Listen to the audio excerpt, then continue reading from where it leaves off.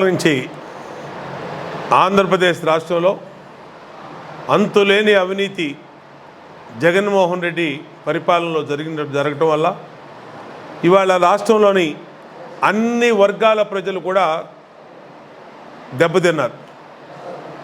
ఇసుక గానించి, liquor గానించి, mining గానించి, అలాగే lands కానించి అన్ని రకాలుగా ఒక మాఫియా రాజ్యం ఈరోజు జగన్మోహన్ రెడ్డి పరిపాలనలో గత 5 సంవత్సరాలుగా జరిగింది.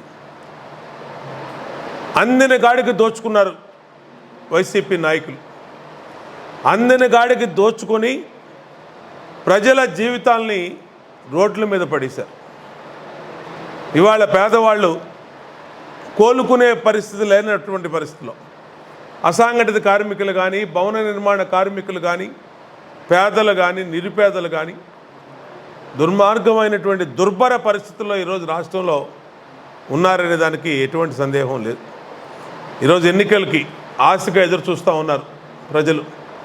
మళ్ళా భారతీయ జనతా పార్టీ, అటే జనసేన, తెలుగుదేశం పార్టీ ఎప్పుడు అధికారంలోకి వస్తుందా, ఎప్పుడు అధికారంలోకి వస్తే మళ్ళీ మా జీవితాలన్నీ ఒడ్డున పడతాయని చెప్పి ఇవాళ ప్రజలందరూ ఆలోచిస్తున్నటువంటి ఈ తరుణంలో ఎన్డీఏ కూటమి ఆంధ్రప్రదేశ్లో జనసేన, తెలుగుదేశం, బీజేపీ కూటమి విజయం తథ్యం. ఈరోజు రాష్ట్రంలో ఉన్నటువంటి పరిస్థితుల్ని అధిగమించి మళ్ళీ పేదవాడికి ఒక ధైర్యాన్ని, ఒక భరోసాని, పేదవాడికి సంక్షేమాన్ని కేంద్రం సహాయంతో రేపు రాబోయే రోజుల్లో అందించగలుగుతాం. ఇవాళ కేంద్రం సహాయం అనేది రేపు అధికారంలోకి రావటం వచ్చినాక ఎంత ముఖ్యమంటే అన్ని రకాలుగా నరేంద్ర మోడీ గారు ఆశీస్సులు ఈ రాష్ట్రానికి కావాలి. ఈ రాష్ట్రానికి ఎన్డీఏ ఆశీస్సులు ఉంటేనే ఇవాళ ఉన్నటువంటి గడ్డు పరిస్థితుల నుంచి బయటపడతాం. దుర్మార్గంగా 13,000 కోట్లు ప్రజలు, వృద్ధులు, అవ్వ, తాతలు అని చెప్పి మాట్లాడుతున్న జగన్మోహన్ రెడ్డి వాళ్ళకి ఇవ్వాల్సినటువంటి పింఛన్ డబ్బుల్ని కమిషన్లు కక్కుర్తిపడి ప్రైవేట్ కాంట్రాక్టర్లకి ఇచ్చేయటం వల్ల ఇవాళ ఎండల్లో అందరూ కూడా ప్రజలు ఇబ్బందులు పడుతూ ఉన్నారు.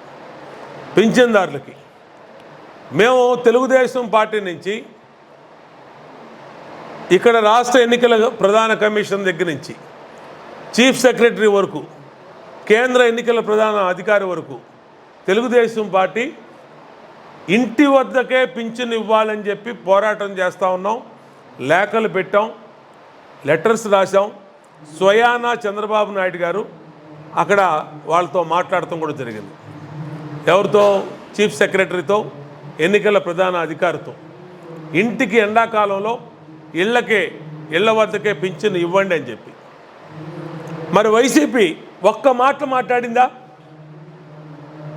వైఎస్ఆర్ కాంగ్రెస్ పార్టీ పింఛన్దారులకి ఇంటి వద్దకే ఇవ్వమని చీఫ్ సెక్రటరీ కానీ, ఎన్నికల ప్రధాన కమిషనర్ కానీ, లేదంటే కేంద్ర ఎన్నికల ప్రధాన కమిషనర్ కానీ ఒక్క మాటన్నా అడిగిందా అని అడుగుతా ఉన్నా. అంటే నీకు రాజకీయ ప్రయోజనాలే ముఖ్యం జగన్మోహన్ రెడ్డికి. ప్రజల ప్రయోజనాలు, ప్రజల ఇబ్బందులు, ప్రజల సమస్యలు అనేది నీకు పట్టదు. నీకు ఎంతసేపు ప్రతి దాంట్లో డబ్బు, అధికారం, రాజకీయం, ఇదే ప్రధాన అంశాలకు ఇవాళ పేదల జీవితాల్ని నాశనం చేశాడు జగన్మోహన్ రెడ్డి. అందుకనే 3 పార్టీలు కలిసినాయి. ఈ 3 పార్టీలు కలిసి రేపు అధికారంలోకి వచ్చినాక మళ్ళీ ప్రజలకి నమ్మకాన్ని కలిగిస్తాం. వాళ్ళకి బ్రహ్మాండమైన సూపర్ 6 పథకాలు ఇచ్చాం. 4,000 రూపాయలు పింఛను పెంచుతా ఉన్నాం. ఆ 4,000 రూపాయలు కూడా పింఛన్ని ఇంటి దగ్గరికే డెలివరీ చేస్తామని చెప్పాం. ప్రతి మహిళకి 3 గ్యాస్ బండ్లు చెప్పాం. ప్రతి మహిళకి ఉచిత ప్రయాణం చెప్పాం. అలాగే ప్రతి మహిళకి 18,000 రూపాయలు నగలు చెప్పాం. ప్రతి మహిళకి పిల్లలుంటే, 2 పిల్లలుంటే ఇద్దరికి చెరో 15,000 డబ్బులు ఇస్తామని చెప్పాం. ఇంకా మరెన్నో పథకాలతో అటు సంక్షేమం, ఇటు అభివృద్ధి, కేంద్రం సహాయంతో అభివృద్ధి, రాష్ట్రంలో ఉన్న నిధులతో సంక్షేమం రెండింటిని కూడా జోడెద్దులుగా భావించి ముందుకెళ్ళటమే లక్ష్యంగా ఈ కూటమి కలిసి పనిచేస్తుందని తెలియజేస్తాం. అతను విచక్షణకే వదిలేస్తానన్న, ఎందుకంటే నేను మాట్లాడితే చాలా మాట్లాడచ్చు, కానీ నాకు కొన్ని పరిధులు ఉన్నాయి. ఇవాళ ఎన్నికల కోడ్ అమల్లో ఉంది. అతను ఒక స్కామరు, దొంగ బళ్ళు నెంబర్లు తిప్పి ఒక బండికి ట్యాక్స్ కట్టి 4 బండ్లు తిప్పినప్పుడు బాలసుబ్రహ్మణ్యం ఏదైతే ట్రాన్స్పోర్ట్ కమిషనర్ ఉన్నాడో ఆయనే కేసు పెట్టి లోపలేసే పరిస్థితి వచ్చిన రోజున ఆయన మీదకి గొడవకి వెళ్ళి ఆయన ఆ గొడవలో మమ్మల్ని అందరూ కూడా తీసుకెళ్ళే పరిస్థితి ఇవాళ కేసినేని నానిది. మేము అడుగుతూ ఉన్నాం, నీ ప్రాపర్టీలన్నీ అటాచ్మెంట్లో ఉన్నాయి, ఎన్పిఏ అయిపోయి ఉన్నాయి, నీవెన్ని ఆస్తులన్నీ బ్యాంకు లోన్లలో ఉన్నాయి, నీకు ఇవాళ దిక్కుతోచని స్థితిలో ఇతరుల మీద మాట్లాడుతూ ఉన్నావు.